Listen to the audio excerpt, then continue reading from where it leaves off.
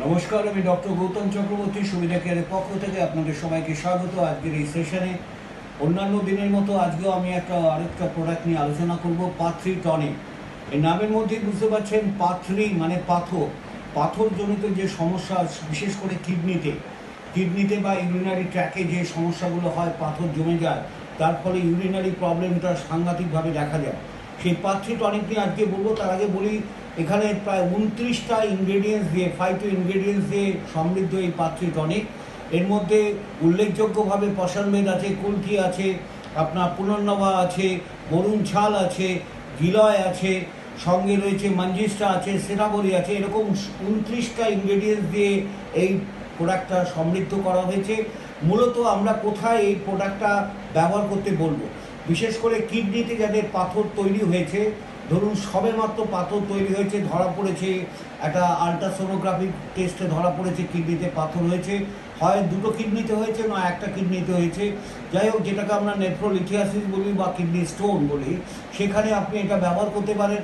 পাথরটাকে সহজ, যে সাইজে পাথর হয়েছে সেই সাইজটাকে এটাকে ছোট করে আলটিমেটলি এটা ইউরিনারি ট্র্যাক দিয়ে, ইউরিন দিয়ে এটা বের করতে সাহায্য করে।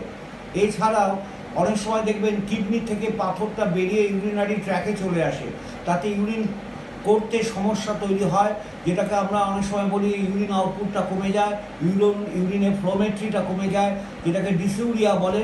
বার্নিং মিক্সচুরেশন আছে, জ্বালা জ্বালা ভাব দেখা যায়, সঙ্গে দেখবেন সারা বডিতে একটা ফুলে যাওয়া ভাব আছে, যেটাকে আমরা জেনারেলাইজ অ্যানাসার্কা বলি। অথবা পেরিফেরাল ইডিমা, দেখবেন কিডনি ফাংশন ঠিকমতো না হলে, ইউরিন আউটপুট যদি ঠিকমতো না হয়, দেখবেন পায়ের লোয়ার লিম্সে লোয়ার লিম্সগুলো ফুলে যাচ্ছে, এটাকে আমরা পেরিফেরাল ইডেমা বলি। সেটাও হতে পারে। বা নন স্পেসিফিক ইউরেথ্রাতে যে ধরনের সমস্যাগুলো হয় ইউরেটাসে, সেইখানে দেখা গেছে যে এই ধরনের পাথরি টনিক ব্যবহার করার ফলে পেশেন্ট অত্যন্তভাবে উপকৃত হয়। তার মানে এইটা আমরা বিভিন্ন ক্ষেত্রে বলতে পারি। 1 নম্বর হচ্ছে, যেখানে পাথর তৈরি হয়েছে সেক্ষেত্রে তো আপনি অবশ্যই ব্যবহার করবেন। আর যেখানে পাথর হয়নি কিন্তু পাথর হওয়ার সম্ভাবনা আগামী দিনে যাতে না হয়, তার জন্য আপনি এটাকে প্রোফাইলেকটিক্যালি ব্যবহার করতে পারেন। খাবার সময়টা হচ্ছে 3 চামচ করে দিনে 2 বার করে খাবেন, ভাত খাওয়ার 8 ঘন্টা পরে।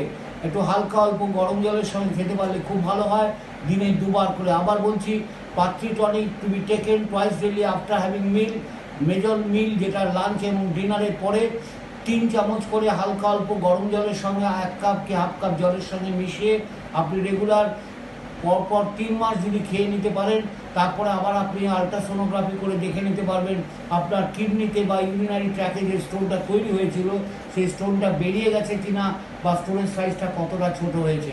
এটা অসাধারণ প্রোডাক্ট, পাথরি টনিক। মনে রাখবেন, একটা best solution for the urinary tract stone কিংবা কিডনি স্টোন। Thank you.